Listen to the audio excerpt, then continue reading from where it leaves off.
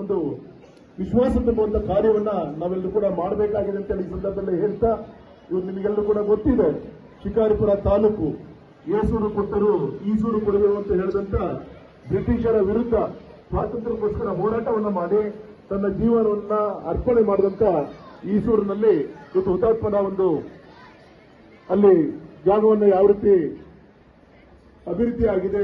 ಸಮಯ ಸಿಕ್ಕಾಗ ತಾವು ಕೂಡ ಎಲ್ಲರೂ ಮಕ್ಕಳನ್ನು ಕರ್ಕೊಂಡು ಹೋಗಬೇಕು, ತೋರಿಸಬೇಕು. ಯಡಿಯೂರಪ್ಪ ಸಾಹೇಬರು ರಾಜ್ಯದ ಮುಖ್ಯಮಂತ್ರಿ ಇದ್ದಾಗ ಅದನ್ನ 5 ಕೋಟಿ ವೆಚ್ಚವನ್ನು ಮಾಡಿ ತುಂಬಾ ಒಳ್ಳೆ ರೀತಿಯಂತ ಅಭಿವೃದ್ಧಿಯನ್ನು ಮಾಡಿದ್ದಾರೆ. ಮತ್ತು ವಿಶೇಷವಾಗಿ ನಮ್ಮ ತಾಲೂಕಿನ ಜನತೆ, ವಿಶೇಷವಾಗಿ ನಮ್ಮ ರೈತರು ನೆಮ್ಮದಿಯಿಂದ ಬದುಕಬೇಕು ಅಂತ ಹೇಳಿ ನಮ್ಮ ಶಿಕಾರಿಪುರ ತಾಲೂಕಿನಲ್ಲಿ ಸುಮಾರು 3,000 ಕೋಟಿಗಿಂತ ಹೆಚ್ಚು ನಿಮ್ಮ ಯಡಿಯೂರಪ್ಪನವರು ರಾಜ್ಯದ ಮುಖ್ಯಮಂತ್ರಿ ಇದ್ದಾಗ ನೀರಾವರಿ ಯೋಜನೆಯನ್ನು ಮಾಡಿ ತುಂಗಾ ನದಿಯಿಂದ ಪೈಪ್ಲೈನ್ ಅನ್ನು ಮಾಡಿ ಉಡುಮಲೆ ತಾಳಗುಂದ ಹೊಸೂರು ಹೋಬಳಿಗೆ ನೀರಾವರಿ ಯೋಜನೆ ಮಾಡಿದ್ದಿರಬಹುದು. ತುಂಗಾ ನದಿಯಿಂದ ಶಿವಮೊಗ್ಗದ ತುಂಗಾ ನದಿಯಿಂದ ಪೈಪ್ಲೈನ್ ಅನ್ನು ತಂದು ಅಜ್ಜನಾಪುರಕ್ಕೆ ನೀರನ್ನ ಕೊಡುವಂತ ಕೆಲಸ ಇರಬಹುದು.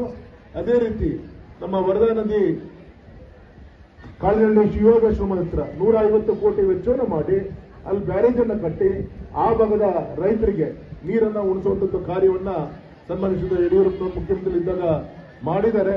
ಹಾಗಾಗಿ ದೇಶದ ಬೆನ್ನೆಲುಬು ರೈತ, ವಿಜ್ಞಾನ ಎಷ್ಟೇ ಮುಂದುವರೆದರೂ ಕೂಡ ಒಂದು ತುತ್ತು ಅನ್ನ ಕೊಡುವಂತ ರೈತ ನೆಮ್ಮದಿಯಿಂದ ಇರಬೇಕು.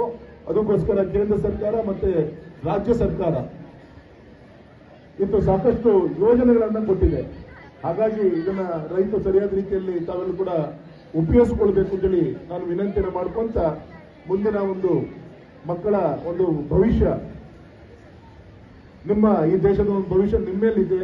ಹಾಗಾಗಿ ಈ ಸಂದರ್ಭದಲ್ಲಿ ಇಷ್ಟ ಮಾಡ್ತೀನಿ, ನೀವು ಶ್ರೀಮಂತರಾಗ್ರಿ, ಆದರೆ ನಿಮಗಿಂತ ಹೆಚ್ಚು ದೇಶವನ್ನ ಸಮೃದ್ಧಿ ಶ್ರೀಮಂತ ದಿಕ್ಕಿನಲ್ಲಿ ತೆಗೆದುಕೊಂಡಂತ ಸಂಕಲ್ಪವನ್ನ ತಾವೆಲ್ಲರೂ ಕೂಡ ಮಾಡಬೇಕು ಅಂತೇಳಿ ಮತ್ತೊಮ್ಮೆ ವಿನಂತಿಯನ್ನು ಮಾಡ್ಕೊಂತ, ನಾನು ಈ ಸಂದರ್ಭದಲ್ಲಿ ಇವತ್ತಾನೆ ಬಂದು ಜವಾಬ್ದಾರಿ ಹೊತ್ತಂತ ನಮ್ಮ ಮಂಜುಳಾ ಶಂಕರ್ ಭಜೇಂದ್ರಿ ಅವರು ಪ್ರಭಾರಿ ತಹಸೀಲ್ದಾರ್ ಆಗಿ ಜವಾಬ್ದಾರಿಯನ್ನು ಹೊತ್ತಿದ್ದಾರೆ.